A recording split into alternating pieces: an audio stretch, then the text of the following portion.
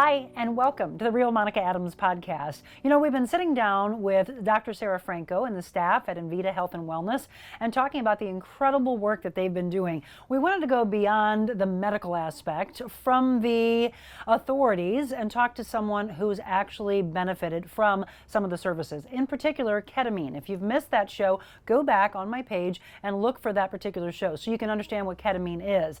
Today, though, I'm going to show you a story of one of the patients, Gilbert. We sit down with Gilbert in the offices at InVita Health and Wellness in Kirkwood, and he's going to tell us his story where he had completely given up hope. When we're talking about trauma, we're talking about pain, we're talking about depression, PTSD. Gilbert's going to tell us his story, take us back to when he was first diagnosed and all of the surgeries he had to go through until he found the staff at InVita Health and Wellness. This might be you. See yourself in Gilbert and see how your life can possibly change.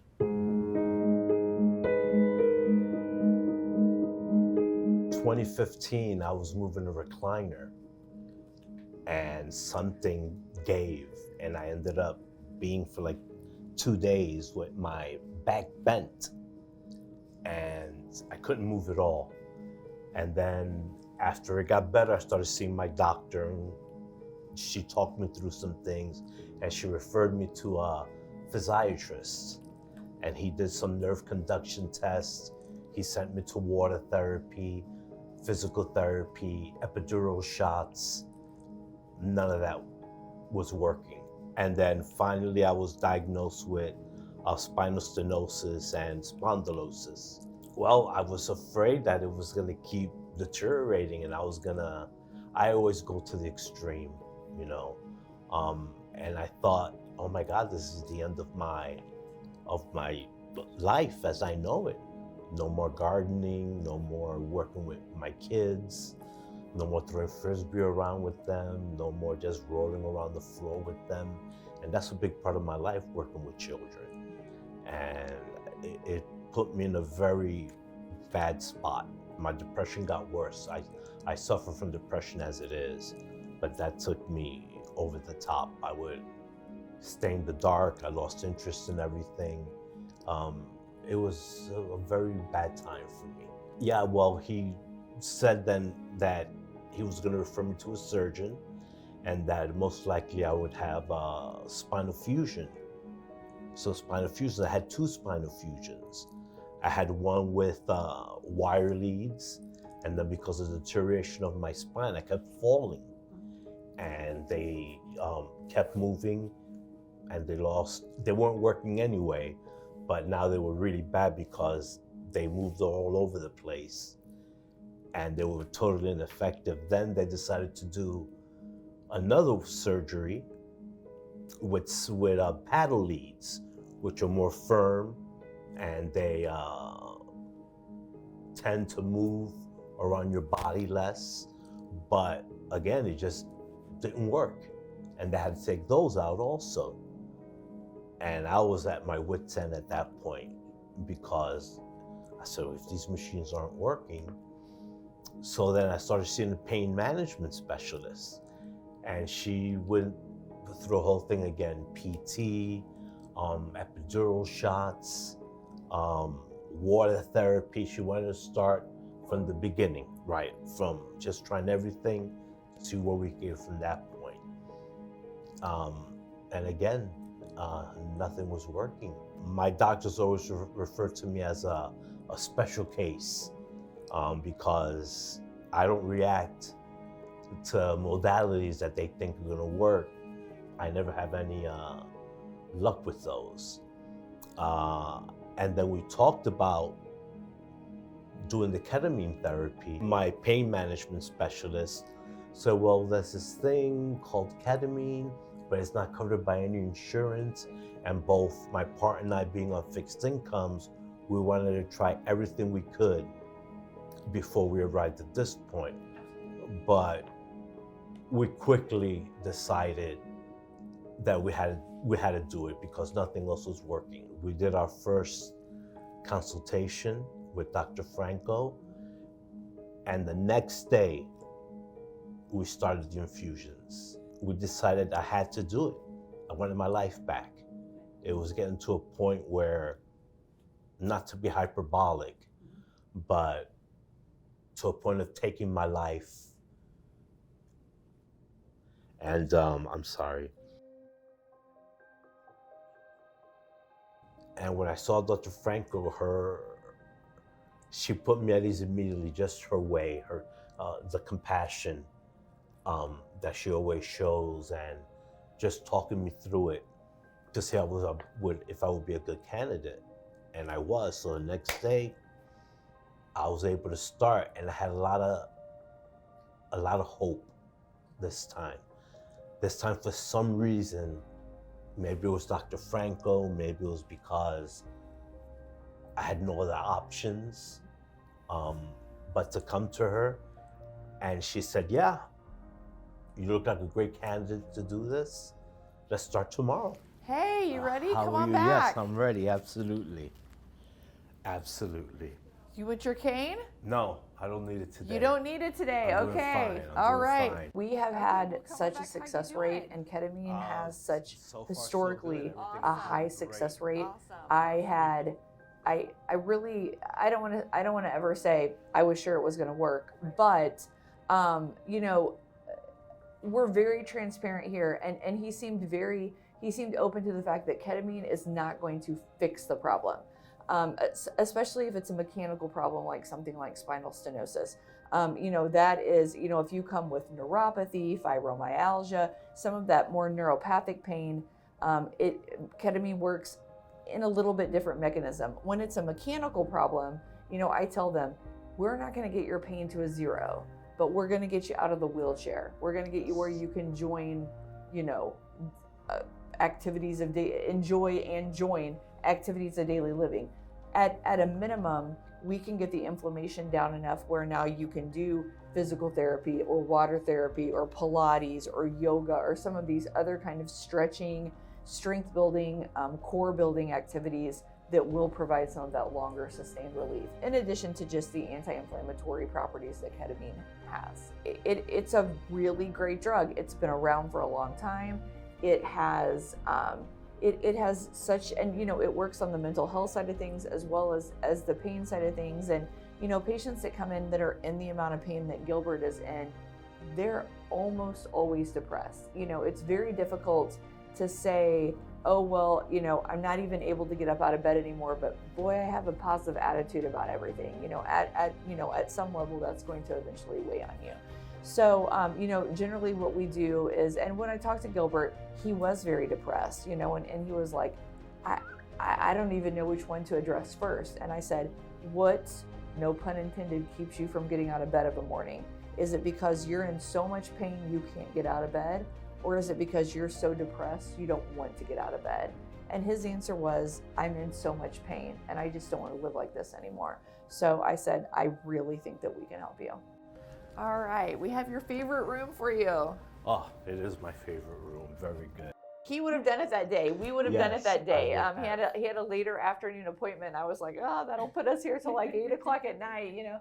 And there are some, you know, there's some, you know, you can't drive home after ketamine. You need someone to probably stay with you for a bit of time after ketamine. So there were a little bit of arrangements that needed to be made, but I said, we can get you in as soon as tomorrow if you can make it work. And he said, you tell me what time to be here and I will be here. And I'll be And here. Sarah, some people may have missed that show that we did together, but so you start, the treatment lasts for how long? So for pain conditions, anywhere from 3 to 4 hours.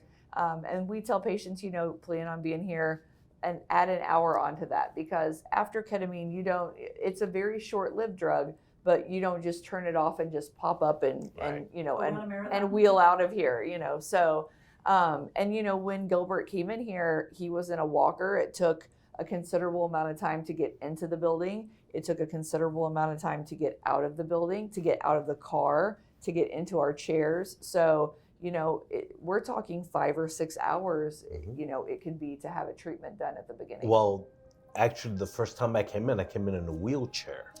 That is true. I came in a wheelchair because that's where I was. I was in this very room, actually, when we first started doing the treatment. The first treatment is it's a strange feeling. Well, I was listening to music, and I saw the notes of the music, and I'm not musically inclined. I love music, but then I could see the notes floating in the air. And I was listening then to Jim Gaffigan, which I'm a big comedy fan, and there he was, right in front of me, doing a show just for me. And that one went pretty fast because I just felt like if I was transported, and it felt like time had just went so quickly with that first therapy. And I immediately, after that first therapy, I already felt something. And I said, I felt with some movements that I was doing, I didn't feel them as intense as I would have felt them before. And I said, I don't know if this is a placebo effect. Exactly. I don't know if this is actually working. But after the third infusion, well, the second time I came in with my walker. So you're already going from a wheelchair to a walker. The third time I came in with my cane. Is this just blowing your mind? It was absolutely blowing my mind. Then I did some research finding out that they've been doing this in Europe, forever. But our FDA takes forever to approve things. And I think there may have been some other factors that this is not invasive, and they make a lot of money cutting into you and doing all these surgeries, and just the prices of some of these surgeries, hundreds of thousands of dollars in surgeries. And after the therapies were done, I cried. I was a new man. And they said, Uncle Gilbert, where's your chair? Where's your walker? And I said, I don't need to use that anymore. I'm doing a new therapy and I got a great doctor. And I was still using the cane. And at one moment, this is when it really came to me. I put the cane down for a second to get a ball. And then I got up and the cane, I just forgot about it. And I was able to play catch, throw a frisbee, teach them how to throw a frisbee. It was the most amazing thing. I got into my garden, weeding. I saw that some trees were obstructing the growth of some of my plants because they didn't let the sun come through. So what did I do? I started trimming trees. And what I had to remember is what Dr. Franco told me is that nothing was cured. I still have my conditions. Yeah. And I had to remind myself, Gilbert, don't overdo it, but that's not the kind of person I am. I do everything at 1,000%. And then when I did feel the pain coming on, I would use my portable infusions, which is a ketamine spray. I take that in about 5 minutes, I'm ready to go again. I still have other conditions that can't be treated by the ketamine, and those things stop me, and I have to just relax for a while.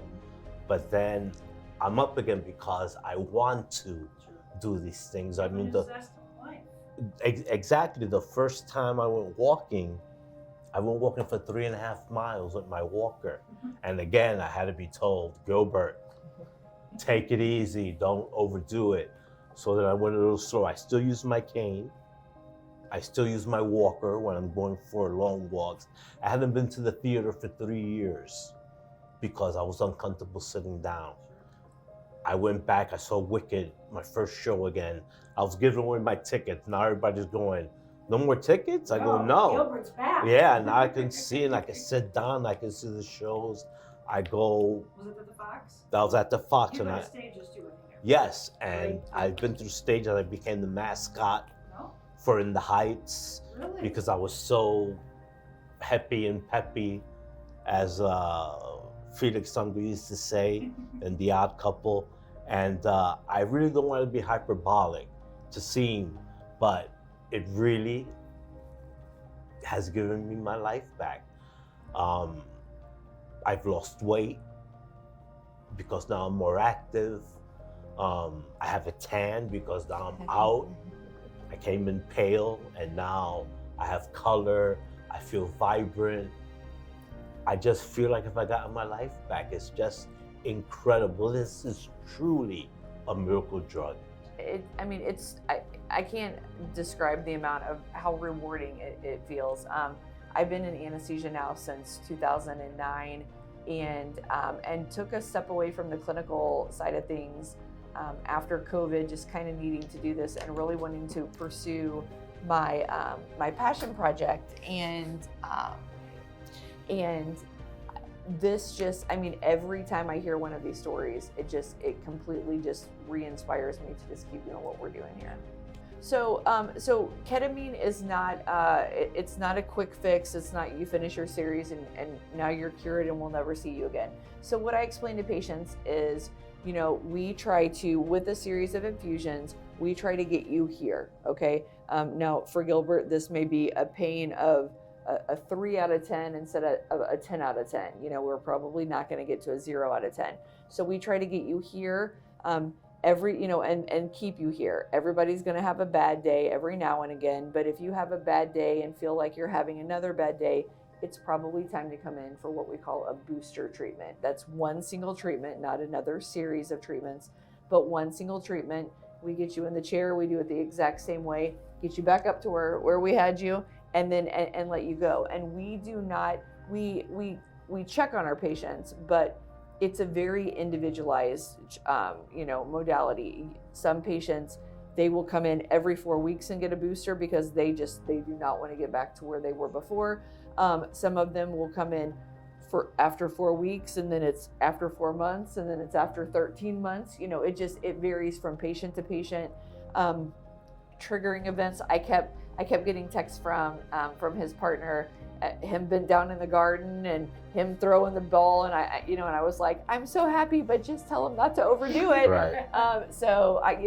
We want to see him again. We want to see him again, but not because he's in so much pain. We're back where we started. So, I just tell patients, whenever you feel like you need to come in, you're one of our people now, and you give us a call and we'll get you in within a day or two and get things under control for you. And your partner's name is Paula. Right. So yes. What does she feel about all this? Oh, she's over the moon seeing me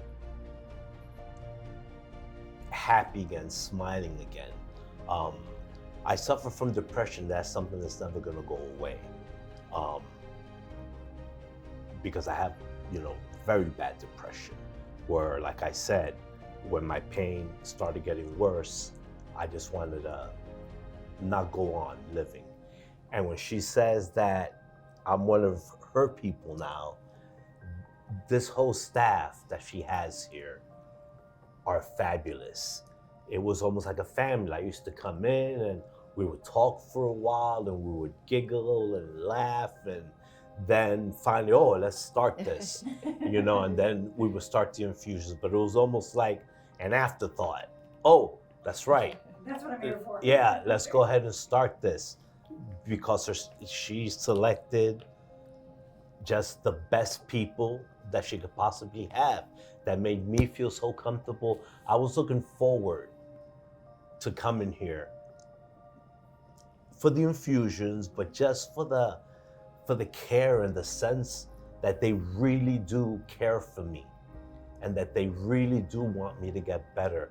And I haven't felt the need to really say, I'm so bad, I have to come back.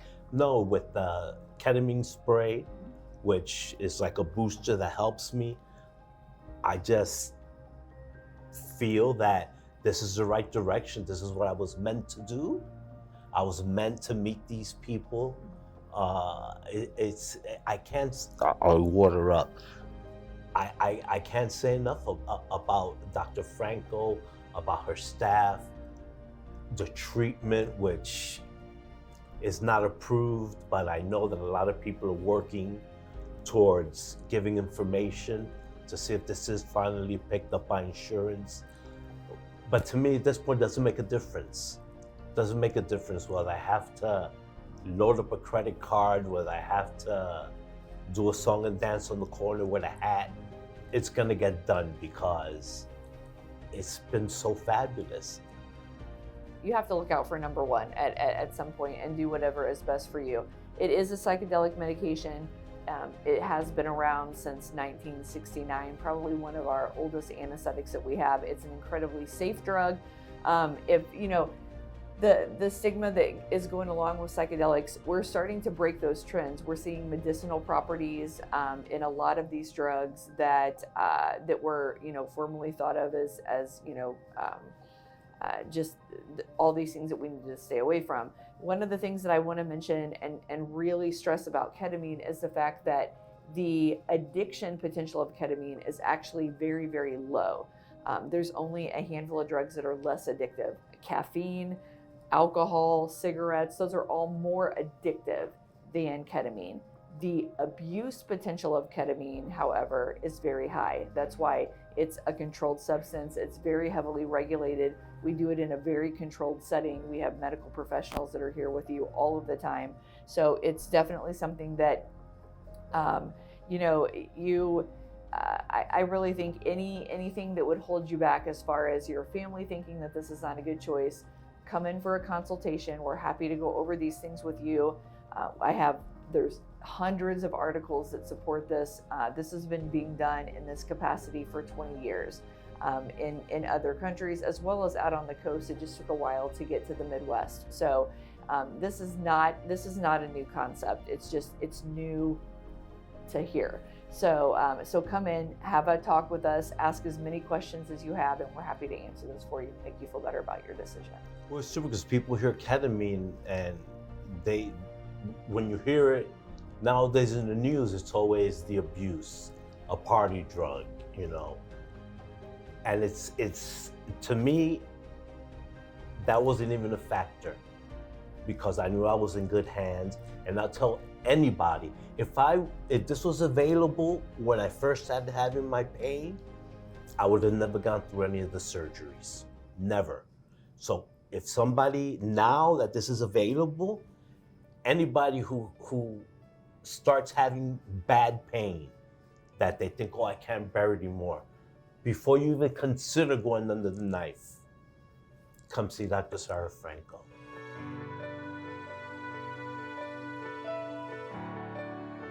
Pretty amazing, huh? 11 to 12 surgeries he feels that he could have avoided had he known about ketamine in the first place. So are you experiencing a dramatic amount of pain, trauma, abuse from the past, depression that you can't let go of, PTSD from traumatic experiences?